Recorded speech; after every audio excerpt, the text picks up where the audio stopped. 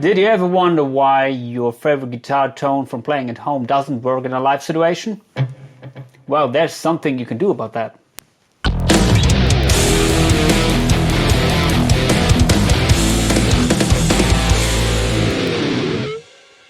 One question that appears quite often is how can I make my guitar tone work in a live situation when playing straight to front of house with my modeling unit? Or in other words, people are complaining that, well, my guitar tone is so good when playing at home through my studio monitors, but somehow it doesn't work in a live situation. So, of course, there's many reasons for that, but today I would like to keep it simple and show you some EQing tricks which you can do to transfer your studio tone into a live tone, at least a tone that works in a live situation. So I'm using my Fractal Audio FM9, the editor is here. Currently I'm playing a patch from my preset pack, which is available. If you want to get my preset packs, as always, contact me on Facebook or Instagram. Links are in the description below. And some of these preset packs, they also come with presets that are for front of house usage. Anyway, here's one preset which I dialed in for playing at home or recording purposes using the Mesa Mark IV amp, I think. So let's disengage all the fancy effects here, the compression, multiband compression, because we just like to show you what you can do with a simple EQ. So this is a tone which I like when playing at home.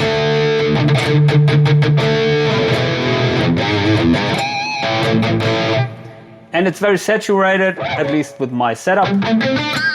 High gain tone. But if I would like to use this preset in a live situation, what I would do is I would use a parametric EQ, I think. But maybe let's start with a little bit of a simpler EQ. So let's take the graphic EQ. Because the parametric EQ can be confusing for people who are not familiar with the frequencies and also the cues. So maybe we can choose one here, which is maybe a little bit easier. 7-band, constant Q. Yeah. Okay.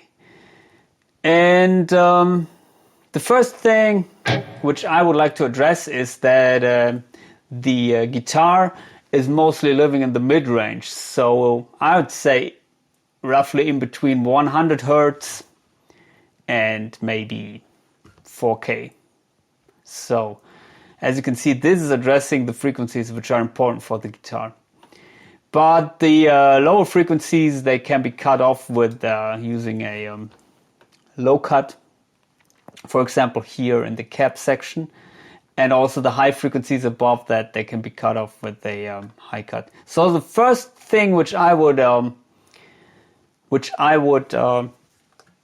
to give you as an advice is you have to make your tone balanced in your studio environment, so that there is nothing which is annoying for you. So no honkiness in the upper mids or no flubbiness in the bass. Make it to sound perfect on your studio monitors. Now, of course, your studio monitors should have at least decent quality. Anyway, if you have that and it sounds good to you, then I would first start by cutting the lows, maybe around 100 Hertz. You can go a little bit further, maybe to 120 Hertz. It's depending on the slope that is implemented in the low cut. But for a live situation, I would start around 100 Hertz. With the highs, I would also cut these. Again, it depends on the slope they're cut off. Usually the frequencies which work best for me are around maybe 5K or also sometimes around maybe 5.7. Sometimes I go far more down.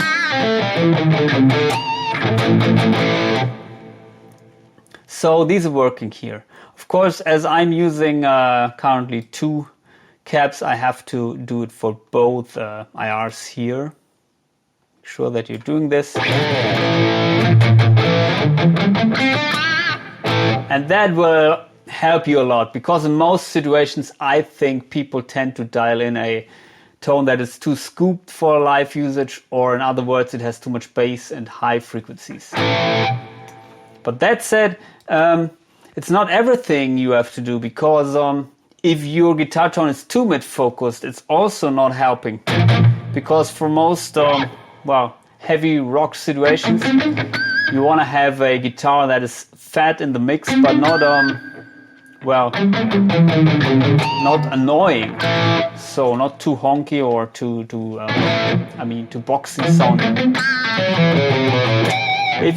If you have too much of these frequencies around the maybe 400 Hertz or the 800 Hertz, I can show you.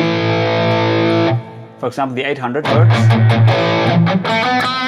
It tends to get honky, and therefore it's maybe not violating your ears, but it doesn't sound nice. So maybe the guitar volume will be reduced by the front of house engineer, and you have this hunky tone. You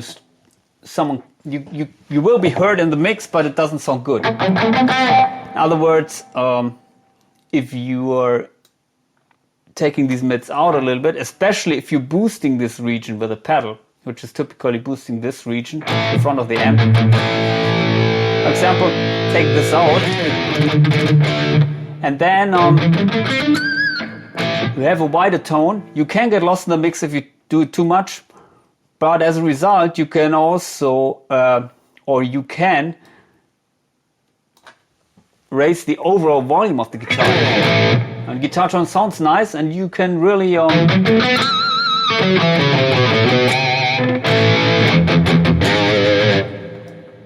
make it louder in the mix without annoying someone. So these are those frequencies. So this will be my second advice, to play around with these frequencies around the 800 Hertz, because there are in many situations they can get annoying, and yeah, if you want to raise the overall guitar volume, but it starts to get annoying or honky, that is mostly the region where, from my experience, is the reason.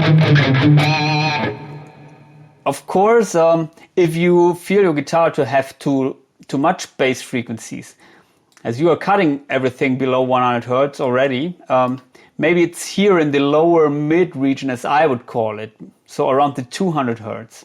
These are helpful for fatten up your tone.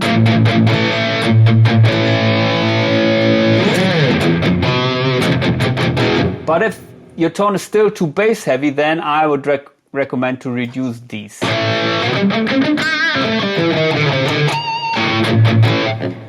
So in other words, if your guitar tone is too thin, then maybe play around with these 200 Hertz. Can also be 250 Hertz, 160 Hertz. It might work, but yeah, I wouldn't go below that. Another thing is, if you want your guitar to have more edge or percussiveness, I would recommend the 3K region. You can boost these a little bit. But be careful, because it can be annoying for the listener. And also, to compensate that, you can also raise these frequencies around 200 Hertz.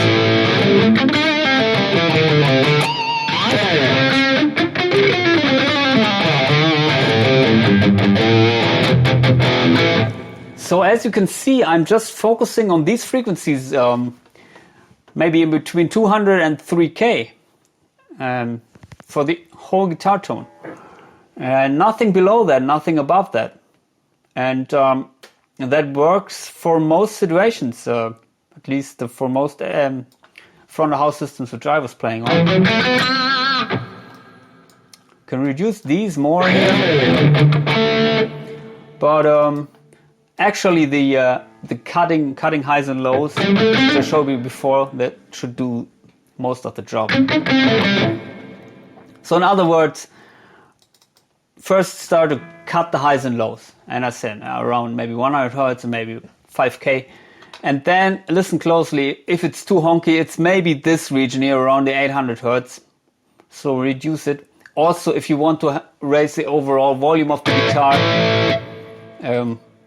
and you don't want to get it too annoying, you can scoop these mids a little bit. And then when I say scoop these or raise these, I'm talking usually about maybe 1 dB up to 3 dB, but not more than that. And also, if you can adjust the range of the faders, or if you're using a parametric EQ, I recommend to do it rather in a wider range than in a very thin range. So yeah, maybe I could show you that after we finished here with the graphic EQ.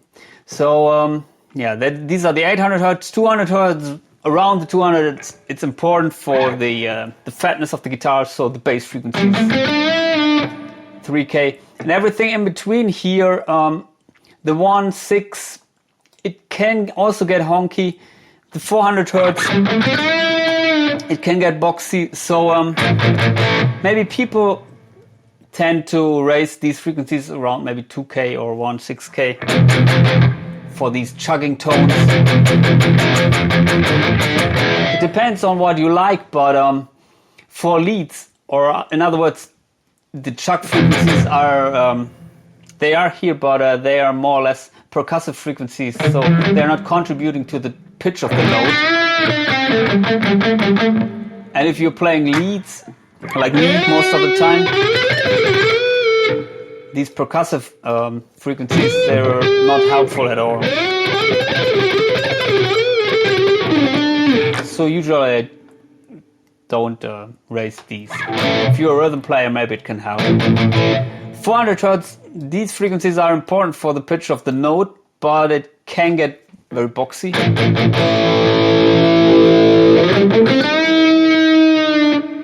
What I do sometimes is I give it a maybe 2 dB boost when playing leads to fatten up the lead tone a little bit.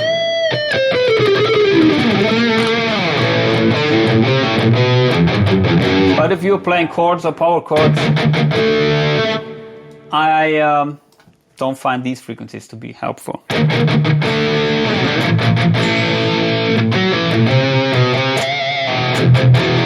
And if you are a little bit more advanced and you're using a parametric EQ, we have to choose another block here, I think. And you can do everything within that block. Of course, you can use maybe blocking EQs here. Then you can set it to 100 Hertz. You can even adjust the slope here. And same here. Of course, you could try to do it with shelving EQs, but if you're more advanced. Yeah, but if you're using these parametric EQs, maybe you can also start with that. And then, as I said, 800 Hertz, if you're boosting your guitar, you're feeling your guitar is too honky or has too much mids, if it sounds like this, then you reduce it. And I would say, well, in a wider range, I would start with a wider range. So here you have the Q, and I don't know, we don't see. What is the Q? 550. Well, I would start around maybe 1.7 usually. If it's too much, you can go up maybe to 1.4, but I wouldn't go further.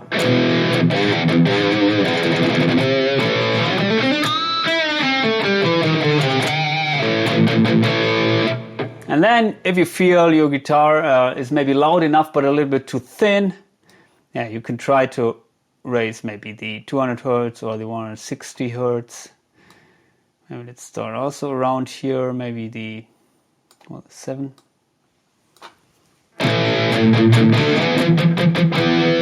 Might be a little bit too much already.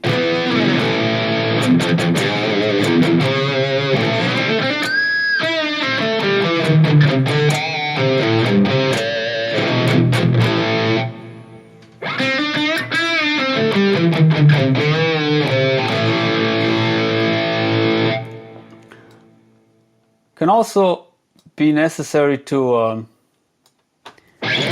set it more like that, more scooped. If you want to have a fatter tone, then you can raise the overall volume. Of course, if you have the chance to set it up at loud volumes with a front of house system, or at least with a good FRFR monitor, it will help a lot. But usually these are the things you end up with, cutting highs and lows, and then do some kind of maybe scoop in the 800 Hertz region. That will help a lot. At least if you already have a very balanced studio tone. And yeah. So I hope this helps you. Please post your questions or comments in the comment section, and I will try to answer them. Don't forget to subscribe to my channel, and other than that, see you.